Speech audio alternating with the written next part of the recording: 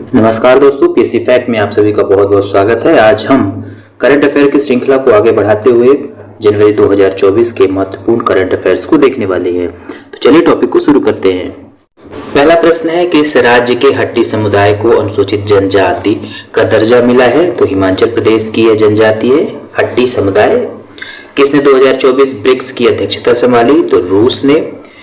अगला प्रश्न है, भारत और किस देश ने अपने परमाणु प्रतिष्ठानों की सूची का आदान प्रदान किया है? तो पाकिस्तान। तो भारत और पाकिस्तान के मध्य परमाणु प्रतिष्ठानों की सूची का आदान प्रदान हुआ है। कहाँ के उपराज्यपाल ने संवाद राजनिवास लॉन्च किया है? तो दिल्ली के उपराज्यपाल ने। तो ब्रेल दिवस प्रतिवर्ष 4 जनवरी को मनाया जाता है। ब्रेल क्या है? अंधों और दृष्टिबाधित लोगों के लिए एक स्पर्शनीय लेखन प्रणाली है। कार्यक्रम और किस मंत्रालय ने हाल ही में राष्ट्रीय खेल प्रोत्साहन पुरस्कार 2023 की घोषणा की? तो शिक्षा मंत्रालय और युवा कार्यक्रम मंत्रालय के मध्य। अगला प्रश्न है, निम्न में से किस जिले को केला प्रसंस्करण के लिए national one district one product award 2023 प्राप्त हुआ? तो यह है बुरहानपुर जिला। बुरहानपुर जिला मध्य प्रदेश से संबंधित है। किस मंत्रालय ने MEA में रणधीर जायसवाल को नया प्रवक्ता नियुक्त किया है? तो भारतीय विदेश मंत्रालय मिनिस्ट्री ऑफ एक्सटर्नल अफेयर्स के नए प्रवक्ता रणधीर जायसवाल बने हैं। दिल्ली के रंग भवन सभागार में राम मंदिर राष्ट्र मंदिर एक साझी विरासत नामक पुस्तक का अनावरण आरिफ मोहम्मद जी के द्वारा किया गया। आयुर्वेद में अनुसंधान के लिए केंद्र सरकार ने कौन सा कार्यक्रम शुरू किया है? तो केंद्र सरकार ने स्मार्ट 2.0 कार्यक्रम शुरू किया। श्रीलंका के नए टेस्ट क्रिकेट टीम के कप्तान धनंजय डी सिल्वा। किस राज्य में पानी में तैरते हुए रेस्टोरेंट यानी फ्लोटिंग रेस्टोरेंट का उद्घाटन किया गया है? तो उत्तर प्रदेश के प्रयागराज में फ्लोटिंग रेस्टोरेंट बनाया गया। इंडिया रेटिंग्स द्वारा भारत की फाइनेंशियल ईयर 2024 GDP ग्रोथ का अनुमान बढ़कर कितना प्रतिशत कर दिया गया है? तो 6.7%। भारत किस वर्ष तक दलहन क्षेत्र में आत्मनिर्भर हो जाएगा? तो 2027 तक। अगला प्रश्न है, भारत द्वारा संचार उपग्रह लॉन्च करने के लिए किस रॉकेट का उपयोग किया जाएगा? SpaceX रॉकेट का। SpaceX किसकी कंपनी है? एलन मस्क की। कर्मचारी प्रशिक्षण के लिए किसके द्वारा वार्षिक क्षमता निर्माण योजना की शुरुआत की गई है? तो UGC के द्वारा यूनिवर्सिटी ग्रांट कमीशन। अगला प्रश्न है कि किस राज्य सरकार द्वारा ड्रोन मिशन को अधिसूचित किया गया है? तो महाराष्ट्र सरकार के द्वारा। सरकार ने कब से नरेगा भुगतान के लिए आधारित प्रणाली को अनिवार्य बना दिया है? तो 1 जनवरी 2024 से आधार आधारित प्रणाली को अनिवार्य बना दिया है। अगला प्रश्न है, TRAI ट्राई के अनुसार भारती एयरटेल ने अक्टूबर 2023 में लगभग कितने मिलियन सक्रिय यूजर खो दिए? तो 1.2 मिलियन सक्रिय एक्टिव यूजर्स को खो दिया। अडानी पोर्ट्स के CEO के रूप में किसे नियुक्त किया गया है? तो अश्विनी गुप्ता को। अडानी पोर्ट्स के नए MD के रूप में किसे नियुक्त किया गया है? तो करण अडानी को। इंडिया रेटिंग द्वारा किस कंपनी को AA+ में अपग्रेड किया गया है? तो PNB हाउसिंग फाइनेंस को। किस मंत्रालय ने स्कूल शिक्षा और साक्षरता विभाग ने प्रेरणा अनुभव पर आधारित एक शिक्षा कार्यक्रम की शुरुआत की? तो यह है शिक्षा मंत्रालय के द्वारा शुरू किया गया है। अगला प्रश्न है, प्रेरणा का मुख्य फोकस क्या है? अभी हमने देखा प्रेरणा से संबंधित, तो विद्यार्थियों में नेतृत्व गुणों का विकास करना, ये मुख्य फोकस रहने वाला है। अगला प्रश्न है, कारपोरेट सामाजिक उत्तरदायित्व के माध्यम से खेलों को प्रोत्साहन के लिए किस कंपनी को राष्ट्रीय खेल प्रोत्साहन पुरस्कार प्राप्त हुआ? तो ओडिशा माइनिंग कारपोरेट लिमिटेड को। कारपोरेट सामाजिक उत्तरदायित्व, इसी को कारपोरेट सोशल रिस्पॉन्सिबिलिटी CSR कहा जाता है।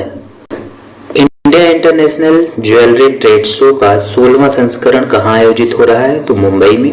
कि 5 जनवरी 2024 को केंद्र सरकार द्वारा पृथ्वी विज्ञान मंत्रालय की व्यापक योजना पृथ्वी विज्ञान के कार्यान्वयन को स्वीकृति मिली है। तो इसके बारे में हम थोड़ा जान ले। पृथ्वी योजना का विस्तार नाम पृथ्वी विज्ञान योजना है। इसे वर्ष 2021 से 26 की अवधि कि इस योजना के कार्यान्वयन के लिए 4,797 करोड़ रुपए की मंजूरी मिली। अर्थात इसका बजट कितने का है दोस्तों? तो 4,797। इस योजना की 5 उप योजनाएं हैं जिनमें शामिल है, पहला वायुमंडल और जलवायु अनुसंधान मॉडलिंग अवलोकन प्रणाली और सेवाएं, इसे शॉर्ट फॉर्म में एक्क्रॉस बोला जाएगा। अगला है महासागर सेवाएं मॉडलिंग अनुप्रयोग संसाधन और प्रौद्योगिकी ओ स्मार्ट। अगला है ध्रुवी विज्ञान और क्रायोस्फीयर अनुसंधान पेसर PACER। अगला है भूकंप विज्ञान और भूविज्ञान सेज। अगला है अनुसंधान शिक्षा प्रशिक्षण और आउटरीच, तो इसी को रीच आउट कहा गया। तो हम जरूर से ध्यान रखें इसमें कि इस योजना में मुख्य बातें क्या है। इस योजना में 5 उप योजनाएं हैं। पहला फैक्ट, इसमें इस योजना में बजट कितना है? तो इस योजना का बजट 4,797 करोड़ रुपए का है। आगे बढ़ते हैं, इसके बारे में और जानते हैं। पृथ्वी विज्ञान मंत्रालय MOES गठन कब होता है? जुलाई 2006 में। इस मंत्रालय को मौसम जलवायु महासागर और तटीय राज्य जल विज्ञान भूकंप विज्ञान तथा प्राकृतिक खतरों से संबंधित सेवाओं का दायित्व सौंपा गया है।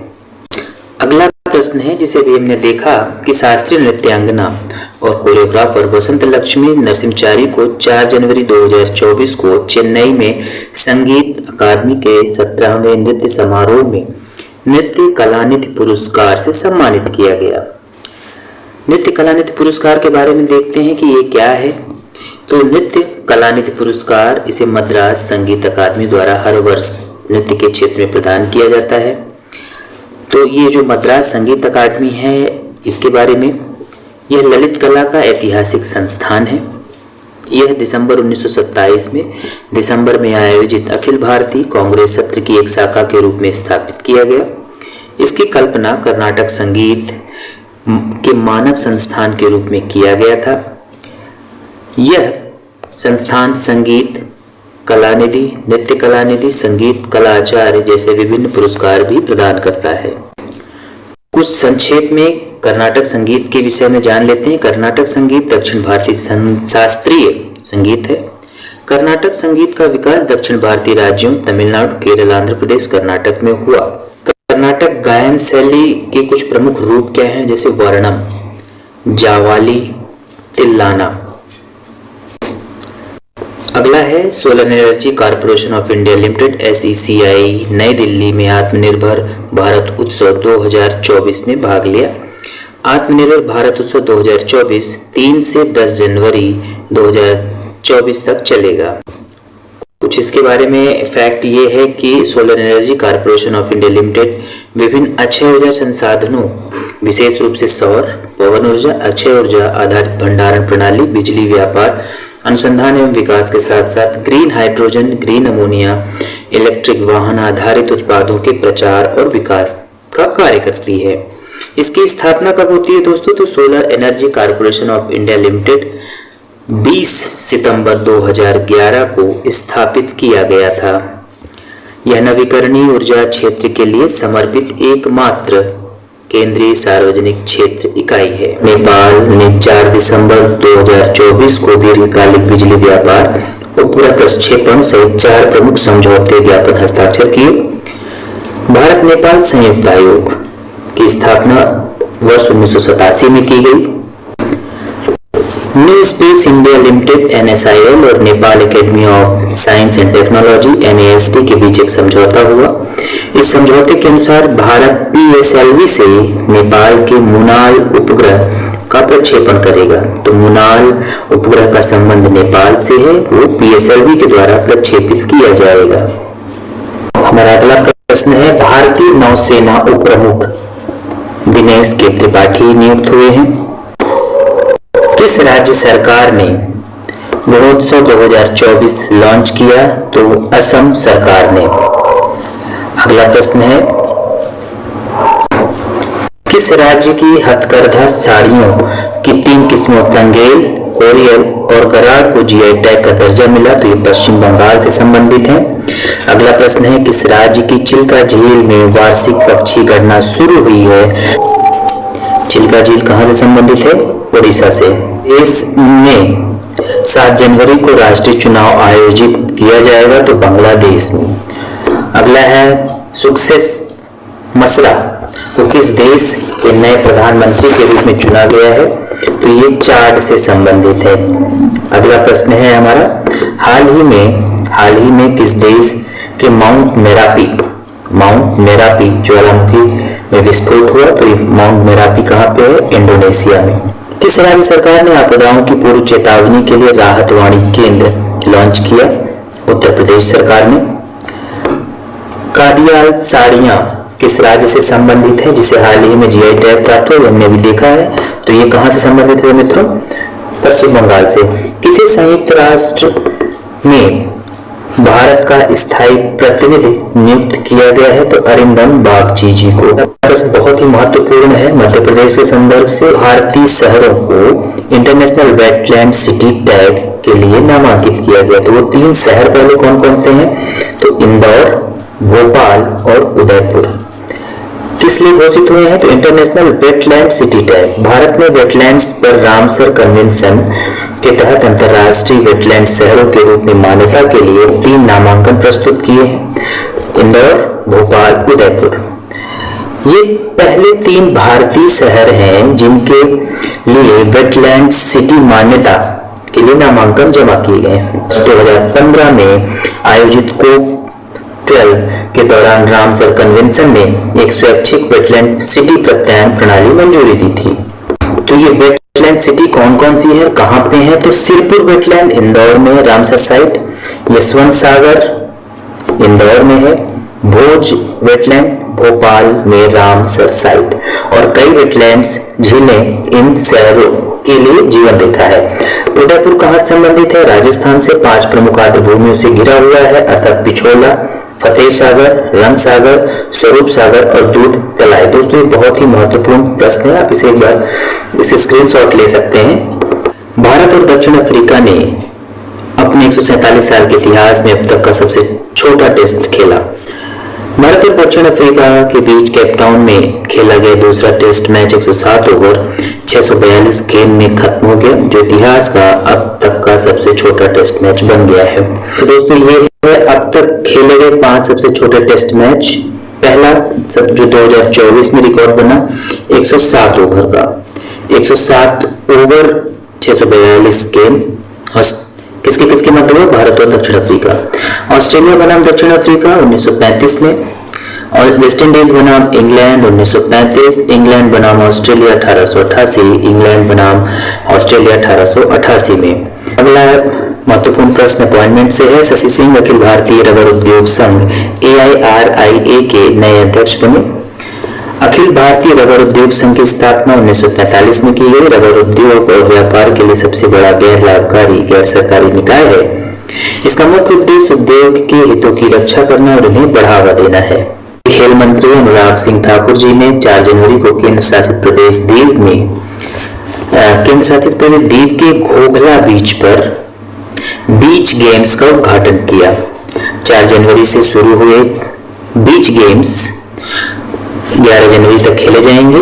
इस महोत्सव के कारण देश के अन्य समुद्र तटीय राज्यों और केंद्र शासित प्रदेशों में भी बीच गेम्स को बढ़ावा मिलेगा। इसका समापन कहाँ होगा दोस्तों? समापन समारोह INS खुखरी मेमोरियल में आयोजित किया जाएगा। अगला प्रश्न है, नई दिल्ली में आत्मनिर्भर भारत उत्सव 2024 में एक जिला एक उत्पाद पुरस्कार 2023 प्रदान किए गए। 3 श्रेणियों में जिलों, राज्यों, केंद्र शासित प्रदेशों और विदेशों में भारतीय मिशनों के लिए कुल 24 पुरस्कार हैं। ODOP पुरस्कार 2023 के लिए पुरस्कार विजेताओं की जो लिस्ट है वो इस प्रकार है। दोस्तों लिस्ट इस प्रकार है, जैसे जिला पुरस्कार कृषि के लिए अल्लूरी सीता रामाराज आंध्र प्रदेश। उत्पाद क्या है? अराकू कॉफी, पुरस्कार स्वर्ण दिया गया। फिर इसके बाद जो बुरहानपुर मध्य प्रदेश है वो केला से संबंधित है, इसका विशेष उल्लेख किया गया। तो आपको ये लिस्ट हमारे टेलीग्राम लिंक पे मिल जाएगी, आप वहां से जाके PDF इसको डाउनलोड कर सकते हैं। सोमालिया के तट पर अपहृत मालवाहक जहाज को बचाने के लिए किस विशिष्ट कमांडो इकाई ने ऑपरेशन चलाया? तो मार्कोस। अगला प्रश्न है 2024 T20 क्रिकेट विश्व कप वेस्ट इंडीज और संयुक्त राज्य अमेरिका में कब आयोजित किया जाएगा? तो 1 जून से 29 जून 2024 तक। जनवरी 2024 को Ratle hydro electric power corporation limited ने बिजली प्रदान करने के लिए राजस्थान ऊर्जा विकास और IT सर्विसेज लिमिटेड के साथ पावर परचेज एग्रीमेंट पे समझौता किया। तो ये चिनाब नदी में है। चिनाब नदी के बारे में देख लें अगर हम, तो ये देखते हैं कि यह नदी हिमाचल प्रदेश के लाहुल एवं स्पीति जिले में बारालाचाला दर्रे के पास से निकलती है। चिनाब नदी दो नदियों चंद्र और भागा के संगम से बनती है। भागा नदी बारालाचाला दर्रे के पास अवस्थित सूर्या ताल से निकलती है। चंद्र नदी बारालाचाला दर्रा के पास स्थित चंद्रताल से निकलती है। चिनाब नदी जम्मू कश्मीर में प्रभावित होती हुई बहते हुए पाकिस्तान के पंजाब में सतलुज नदी में मिल जाती है। चिनाब नदी में जो महत्वपूर्ण प्रोजेक्ट्स क्रियान्वित हैं वो इस प्रकार हैं: Ratle hydro electric projects, Salal बांध hydro electric project, Dulhasti hydro electric plant, जल विद्युत परियोजना किश्तवाड़ में, पाकलदुल निर्माणाधीन है किश्तवाड़ जिले में। तो ये रहे हमारे महत्वपूर्ण करंट अफेयर्स। आशा करते हैं आपको पसंद आएंगे। प्लीज चैनल को सब्सक्राइब करिएगा। मिलते हैं नेक्स्ट और महत्वपूर्ण वीडियो के साथ।